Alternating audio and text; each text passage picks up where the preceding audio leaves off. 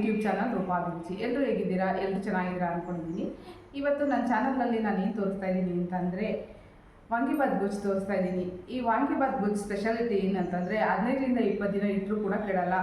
ಅಕಸ್ಮಾತ್ ಮಕ್ಕಳೇನಾರು ಹಾಸ್ಟೆಲಲ್ಲಿದ್ದರೆ ಅವ್ರು ಕಳಿಸ್ಕೊಡ್ಬೋದು ಗೊಜ್ಜು ಮಾಡಿ. ಇಲ್ಲಾಂದರೆ ಬ್ಯಾಚಲರ್ಸ್ ಕೂಡ ಈ ಗೊಜ್ಜನ್ನ ಮಾಡಿ ನಾವು ಪುಳಿಯೋಗರೆ ಗೊಜ್ಜು ಆ ಥರ ಎಲ್ಲ ಮಾಡ್ಕೊಡ್ತೀವಲ್ಲ, ಆ ಥರ ಕೂಡ ಮಾಡಿ ಕೊಡ್ಬೋದು. ಇಟ್ಕೊಂಡು ಒಂದು 15ರಿಂದ 20 ದಿನ ನಾವು ಫ್ರಿಜ್ಜಲ್ಲಿ ಅಕಸ್ಮಾತ್ ಸ್ಟೋರೇಜ್ ಮಾಡ್ತೀವಿ ಅಂತಂದರೆ 1 ತಿಂಗಳು ಕೂಡ ಇಡಬಹುದು. ಯಾವ ರೀತಿ ಮಾಡೋದು ಅಂತ ನೋಡ್ಕೊಂಡು ಬರೋಣ ಬನ್ನಿ. ವಾಂಗಿಬಾತ್ ಗೊಜ್ಜಿಗೆ ನಾನು ಏನೇನು ಅಂತಂದರೆ ಫಸ್ಟು ಬದನೆಕಾಯಿ ತೊಗೊಂಡಿದ್ದೀನಿ, ಮತ್ತು ಸಾಸಿವೆ ತೊಗೊಂಡಿದ್ದೀನಿ, ಒಗ್ಗರಣೆಗೆ ಜೀರಿಗೆ ತೊಗೊಂಡಿದ್ದೀನಿ, ಬ್ಯಾಡಗಿ ಮೆಣಸಿನ್ಕಾಯಿ ತೊಗೊಂಡಿದ್ದೀನಿ, ಕರಿಬೇವು ತೊಗೊಂಡಿದ್ದೀನಿ, ಒಂದು ದಪ್ಪ ನಿಂಬೆಹಣ್ಣು ಗಾತ್ರದ್ದು ಹುಣಸೆಹಣ್ಣು ನೆನೆಸಿದ್ದೀನಿ, ಕಡಲೆಬೇಳೆ, ಉದ್ದಿನಬೇಳೆ, ಕಡಲೆಬೀಜ, ಗೋಡಂಬಿ, ಎಣ್ಣೆ, ರುಚಿಗೆ ತಕ್ಕಷ್ಟು ಉಪ್ಪು ಮತ್ತು ವಾಂಗಿಬಾತ್ ಪೌಡರು, ಸ್ವಲ್ಪ ಬೆಲ್ಲ. ಈಗ ಯಾವ ರೀತಿ ಮಾಡೋದು ನೋಡುವ ಬನ್ನಿ. ಮೊದಲು ಬದನೆಕಾಯಿನೆಲ್ಲ ಉದ್ದುದ್ದಾಗಿ ಕಟ್ ಮಾಡ್ಕೊಬೇಕು. ಈ ರೀತಿ ಹೋಳುಗಳಾಗಿ ಉದ್ದುದ್ದ ಕಟ್ ಮಾಡ್ಕೊಬೇಕು.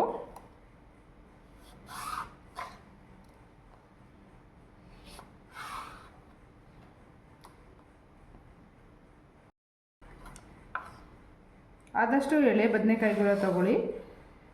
ಇದು ಊರಿಂದ ತಂದಿದ್ರು, ತುಂಬ ಚೆನ್ನಾಗಿ ಬರುತ್ತೆ. ಈ ರೀತಿ ಹಾಕ್ಕೊಳ್ಳಿ. ತುಂಬ ಎಳೆ ಬದನೆಕಾಯಿ ಇದೆ ಇವು, ಹಾಗಾಗಿ ಈ ರೀತಿ ಹಾಕ್ತಾಯಿದ್ದೀನಿ. ಬದನೆಕಾಯಿನ ಕುಯ್ದು ನೀರಿಗೆ ಹಾಕಬೇಕು, ಇಲ್ಲಾಂದರೆ ಬದನೆಕಾಯಿ ಕಪ್ಪಗಾಗುತ್ತೆ ಮತ್ತು ಕಹಿ ಬರುತ್ತೆ. ಮತ್ತು ನೀರಿಗೆ ಸ್ವಲ್ಪ ಉಪ್ಪು ಕೂಡ ಹಾಕ್ಕೊಳ್ಳಿ. ಸಾಂಬಾರ್ಗಾದರೆ ಇದು ಹಾಕಿದ್ರೆ ತುಂಬ ಚೆನ್ನಾಗಿರುತ್ತೆ.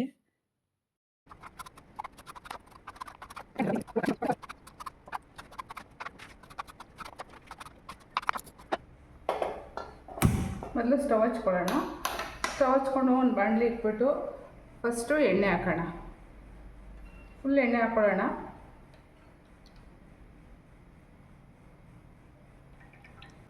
ಎಣ್ಣೆ ಕಾಯಿ ಕೆಡೋಣ ಒಂದು 2-3 ನಿಮಿಷ. ಎಣ್ಣೆ ಬಂದು 100 ml ಇಂದ 150 ml ತೊಗೊಂಡಿದ್ದೀನಿ. ಈಗ ಎಣ್ಣೆ ಕಾಯ್ದಿದೆ. ಫಸ್ಟು ಕಡಲೆಬೀಜ ಹಾಕ್ಕೊತಾ ಇದ್ದೀನಿ. ಕಡಲೆಬೀಜನ ಫಸ್ಟು ಎಣ್ಣೆಯಲ್ಲಿ ಫ್ರೈ ಮಾಡಿ ಎತ್ತಿಟ್ಕೊಳ್ಳೋಣ.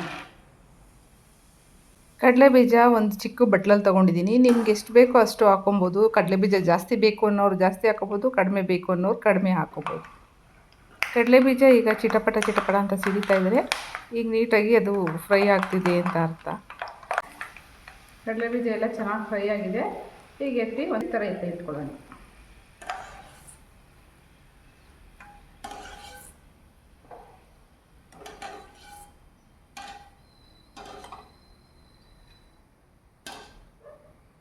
ಈ ಕಡಲೆಬೀಜ ಆದಮೇಲೆ ಗೋಡಂಬಿನ ಫ್ರೈ ಮಾಡ್ಕೊಳ್ಳೋಣ.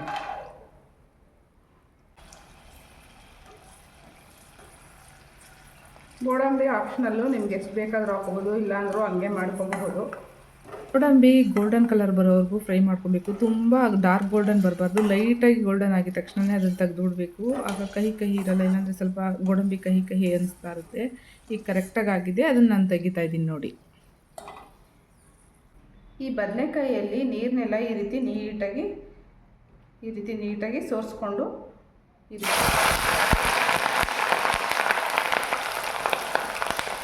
ಹುಷಾರಾಗಿ ಹಾಕಿ ನೀರನ್ನೆಲ್ಲ ಸೋರಿಸ್ಕೊಳ್ಳಿ. ಇಲ್ಲಾಂದರೆ ನಿಮ್ಗೆ ಏನಾದ್ರು ಭಯ ಆದರೆ ಒಂದು ಒಣ ಬಟ್ಟೆ ಮೇಲೆ ಹಾಕ್ಸ್ಬಿಟ್ಟು ಹಾಕ್ರಿ. ಇದು ಈ ರೀತಿ ಮಾಡಿದ್ರೇ ತುಂಬ ಟೇಸ್ಟ್ ಬರೋದು. ಅಂದರೆ ಬದನೆಕಾಯಿನೆಲ್ಲ ಒಂದು ಒಣ ಬಟ್ಟೆ ಮೇಲೆ ನೀವು ಹಾಸ್ಬಿಟ್ಟು ಆ ನೀರಿನ ಅಂಶ ಹೋದ್ಮೇಲೆ ಎಣ್ಣೆಯಲ್ಲಿ ಈ ರೀತಿ ಫ್ರೈ ಮಾಡಿ. ಈ ರೀತಿ ಎಣ್ಣೆಯಲ್ಲಿ ಬದನೆಕಾಯಿನ ನಾವು ಫ್ರೈ ಮಾಡಿ ಹಾಕೋದ್ರಿಂದ ಟೇಸ್ಟು ಕೂಡ ತುಂಬ ಚೆನ್ನಾಗಿ ಬರುತ್ತೆ ವಾಂಗಿಬಾತದ್ದು. ಮತ್ತು ಹಾಗೆ ಇದು ಪ್ಲಸ್ ಅಂದರೆ ಇದೇ 15ರಿಂದ 20 ದಿನ ನಾವು ಈ ಗೊಜ್ಜನ್ನ ಇಟ್ಕೊಂಡು ತಿನ್ನಲಿಕ್ಕೆ ಸಹಾಯ ಆಗೋದು. ಟೇಸ್ಟ್ ಮಾತ್ರ ಅಲ್ಟಿಮೇಟ್ ಆಗಿರುತ್ತೆ. ಒಮ್ಮೆ ಟೇಸ್ಟ್ ಮಾಡಿ ಬದನೆಕಾಯಿ, ಆ ಹುಳಿ ಉಪ್ಪು ಖಾರ ಸಿಹಿ ಎಲ್ಲ ಇಟ್ಕೊಂಡು ಇದೇ ಒಂಥರ ಬೇರೆ ಥರ ಟೇಸ್ಟ್ ಕೊಡುತ್ತೆ. ನಮ್ಮನೇಲಿ ಎಲ್ಲರಿಗೂ ತುಂಬ ಇಷ್ಟವಾದ ರೆಸಿಪಿ ಇದು ವಾಂಗಿಬಾತ್ ಗೊಜ್ಜು. ಕೆಲವ್ರಿಗೂ ನೀರಲ್ಲಿ ಹಾಕಿ ಬೇಯಿಸ್ತೀವಲ್ಲ ಬದನೆಕಾಯಿ, ಅದಕ್ಕಿಂತ ಈ ರೀತಿ ಎಣ್ಣೆಯಲ್ಲಿ ಫ್ರೈ ಮಾಡಿ ಹಾಕಿದ್ರೆ ಟೇಸ್ಟ್ಗಂತೂ ಅಲ್ಟಿಮೇಟ್ ಆಗಿರುತ್ತೆ. ತುಂಬ ಚೆನ್ನಾಗಿ ಫ್ರೈ ಮಾಡ್ಕೊಬೇಕು. ಇದನ್ನು ನೀಟಾಗಿ ಎಣ್ಣೆನಲ್ಲೇ ಫುಲ್ಲು ಅದು ಸಾಫ್ಟಾಗಿ ಬೇಯಬೇಕು. ನಾನು ಇವಾಗ ತೋರಿಸ್ತೀನಿ ಎಷ್ಟು ಬೇಯಬೇಕು ಅಂತ. ಈಗ ಕರೆಕ್ಟಾಗಿ ಕಲರ್ ಚೇಂಜ್ ಆಗಿದೆ. ಈ ಕಲರ್ ಕರೆಕ್ಟಾಗಿ ಬರಬೇಕು ನೋಡ್ಕೊಳ್ಳಿ. ಈ ಕಲರ್ ಬಂದಿದ್ರೆ ಕರೆಕ್ಟಾಗಿ ಬೆಂದಿದೆ ಬದನೆಕಾಯಿ ಅಂತ. ಈಗೆಲ್ಲ ಎತ್ತಿಬಿಡೋಣ ನೀಟಾಗಿ. ಇದು ಈ ರೀತಿ ಇದ್ರೇ ಬದನೆಕಾಯಿ ಇದರಲ್ಲಿ ಎಣ್ಗಾಯಿ ಅಂತ ಇದ್ದೀನಿ, ವಾಂಗಿಬಾತಲ್ಲಿ ತುಂಬ ಚೆನ್ನಾಗಿರುತ್ತೆ.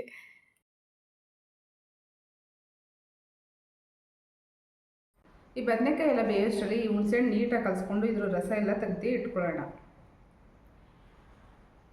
ಈ ರೀತಿ ನೀಟಾಗಿ ಕಲಿಸ್ಕೊಬೇಕು. ಫಸ್ಟೇ ನಾವು ಒಂದು ಸ್ವಲ್ಪ ಬಿಸಿನೀರು ಹಾಕಿ ನೆನೆಸಾಕಿ ಬಿಟ್ಬಿಟ್ರೆ ನೀಟಾಗಿ ಕಲಿಸ್ಕೋಬೋದು. ಇಲ್ಲಾಂತಂದರೆ ತಣ್ಣೀರಲ್ಲಾದರೂ ಅಷ್ಟೇ ಸ್ವಲ್ಪ ಹೊತ್ತು ಜಾಸ್ತಿ ಹೊತ್ತು ಬಿಟ್ಬಿಟ್ರೆ ನೀಟಾಗಿ ನೆಂದಿರುತ್ತೆ, ಆವಾಗ ನೀಟಾಗಿ ಕಲಿಸ್ಕೋಬೋದು. ಹುಳಿ ಎಲ್ಲ ನೀಟಾಗಿ ಬರುತ್ತೆ ಹುಣಸೆಹಣ್ಣು. ಅದ್ರ ಹಿಪ್ಪೆನೆಲ್ಲ ನೀಟಾಗಿ ತೆಗ್ದು ಶೋಧಿಸ್ಕೊಂಡು ಇಟ್ಕೊಳ್ಳೋಣ. ಫಸ್ಟು ಒಂದು ಬೌಲ್ ತೊಗೊಳ್ಳೋಣ. ಬೌಲ್ ತೊಗೊಂಡು ಇದಕ್ಕೆ ಹುಣಸೆ ರಸ ಹಾಕೋಣ.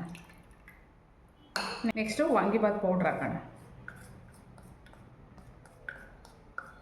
ಈ ರೀತಿ ಕಲಿಸ್ಕೊಬೇಕು ನೀಟಾಗಿ. ಈ ರೀತಿ ಕಲಿಸ್ಕೊಳ್ಳೋದ್ರಿಂದ ನಾವು ಎಣ್ಣೆಗೆ ಹಾಕಿದಾಗ ಬರೀ ಪೌಡ್ರೇ ಹಾಕಿದ್ರೆ ಅದೇನಾಗುತ್ತೆ ಅಂದರೆ ಗಂಟಾಗುತ್ತೆ. ಈ ರೀತಿ ಕಲಿಸ್ಕೊಂಡು ನಾವು ಹಾಕೋದ್ರಿಂದ ಅದು ಗಂಟಾಗಲ್ಲ, ನೀಟಾಗಿ ಗೊಜ್ಜು ಟೈಪಲ್ಲಿ ಬರುತ್ತೆ. ಅದಕ್ಕೋಸ್ಕರ ಇದನ್ನು ಈ ರೀತಿ ಕಲಿಸ್ಕೊಬೇಕು.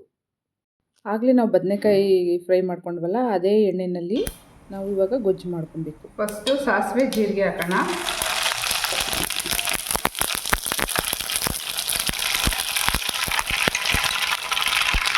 ನೆಕ್ಸ್ಟು ಕಡಲೆಬೇಳೆ, ಉದ್ದಿನಬೇಳೆ,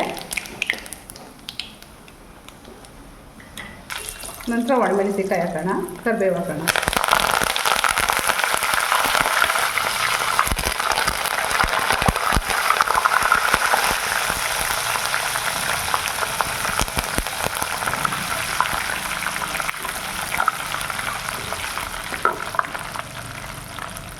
ಚೆನ್ನಾಗಿ ಫ್ರೈ ಆದಮೇಲೆ ಈ ಪೌಡ್ರ್ ಹಾಕೋಣ. ಮಸಾಲೆ ಕಲಿಸಿದ್ವಲ್ಲ ಇದನ್ನು ಹಾಕೋಣ.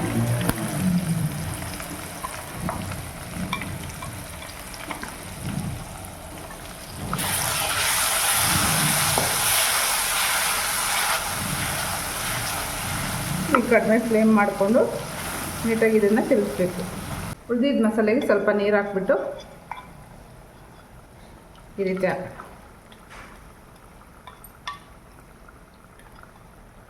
ಇದನ್ನ ಈಗ ಚೆನ್ನಾಗಿ ಬೇಯಿಸಬೇಕು. ಈ ಹಸಿ ವಾಸನೆ ಹೋಗಿ ನೀರಿನ ಅಂಶ ಎಲ್ಲ ಹೋಗೋ ತನಕ ನಾವು ಇದನ್ನು ಬೇಯಿಸಬೇಕು. ಈಗ ಇದಕ್ಕೆ ರುಚಿಗೆ ತಕ್ಕಷ್ಟು ಉಪ್ಪು ಹಾಕೋಣ.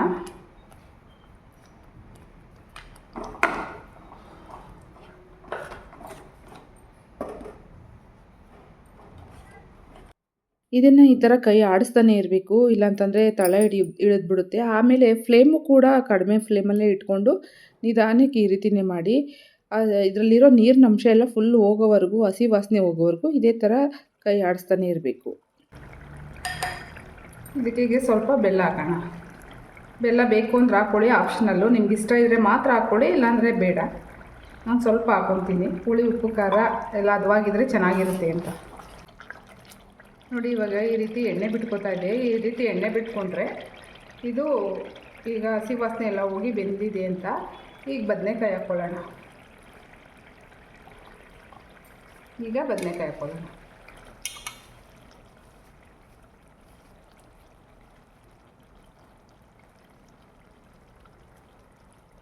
ಈಗ ಈ ರೀತಿ ನೀಟಾಗಿ ಮಿಕ್ಸ್ ಮಾಡೋಣ.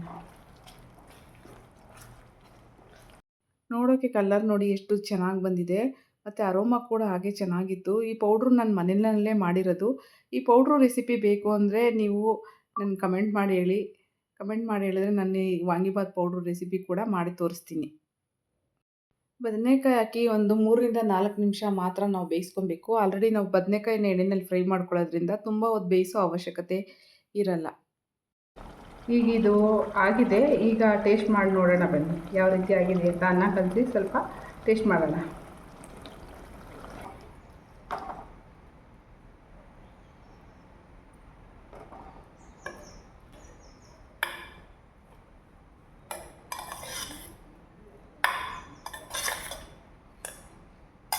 ನಾವು ಈ ಟೈಮಲ್ಲಿ ಕಡಲೆಬೀಜನ ಇದಕ್ಕೆ ಹಾಕ್ಕೋಬೇಕು. ಅನ್ನ ಕಲಿಸ್ತೀವಲ್ಲ ಆವಾಗ ಹಾಕ್ಕೊಂಡ್ರೆ ಇದು ಕೂಡ ಕಡಲೆಬೀಜ ಕೂಡ ಕ್ರಿಸ್ಪಿಯಾಗಿರುತ್ತೆ, ಮತ್ತು ಗೋಡಂಬಿ ಕೂಡ ಅವಾಗೆ ಹಾಕ್ಕೋಬೇಕು.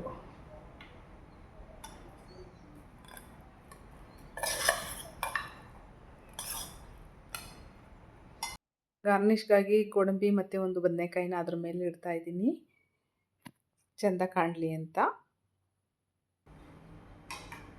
Ready to eat vangibath recipe ಈಗ ರೆಡಿಯಾಗಿದೆ. ವಾಂಗಿಬಾತ್ ಟೇಸ್ಟ್ ಮಾಡಿ ಹೇಳ್ತೀನಿ ಈಗ.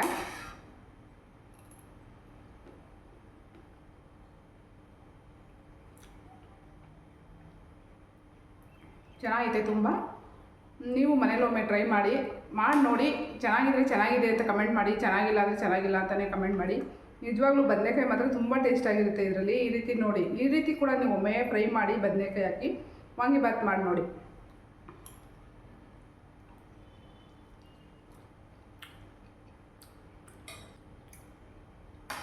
ಕಡಲೆಬೀಜ ಕೂಡ ತುಂಬ ಚೆನ್ನಾಗಿ ಕರ್ಮಕುರ್ಮ ಅಂತ ಆಗ್ತೈತೆ. ಲಾಸ್ಟಲ್ಲಿ ಕಡಲೆಬೀಜ ಮತ್ತು ಗೋಡಂಬಿನ ಹಾಕ್ಕೊಬೇಕು, ಆಗ್ತಾ ಟೇಸ್ಟ್ ತುಂಬ ಚೆನ್ನಾಗಿ ಬರುತ್ತೆ. ತಿಂತಾಯಿದ್ರೆ ಒಂದೊಂದೇ ಬೈಟು ತಿಂತಾನೇ ಇದ್ದೀನಿ.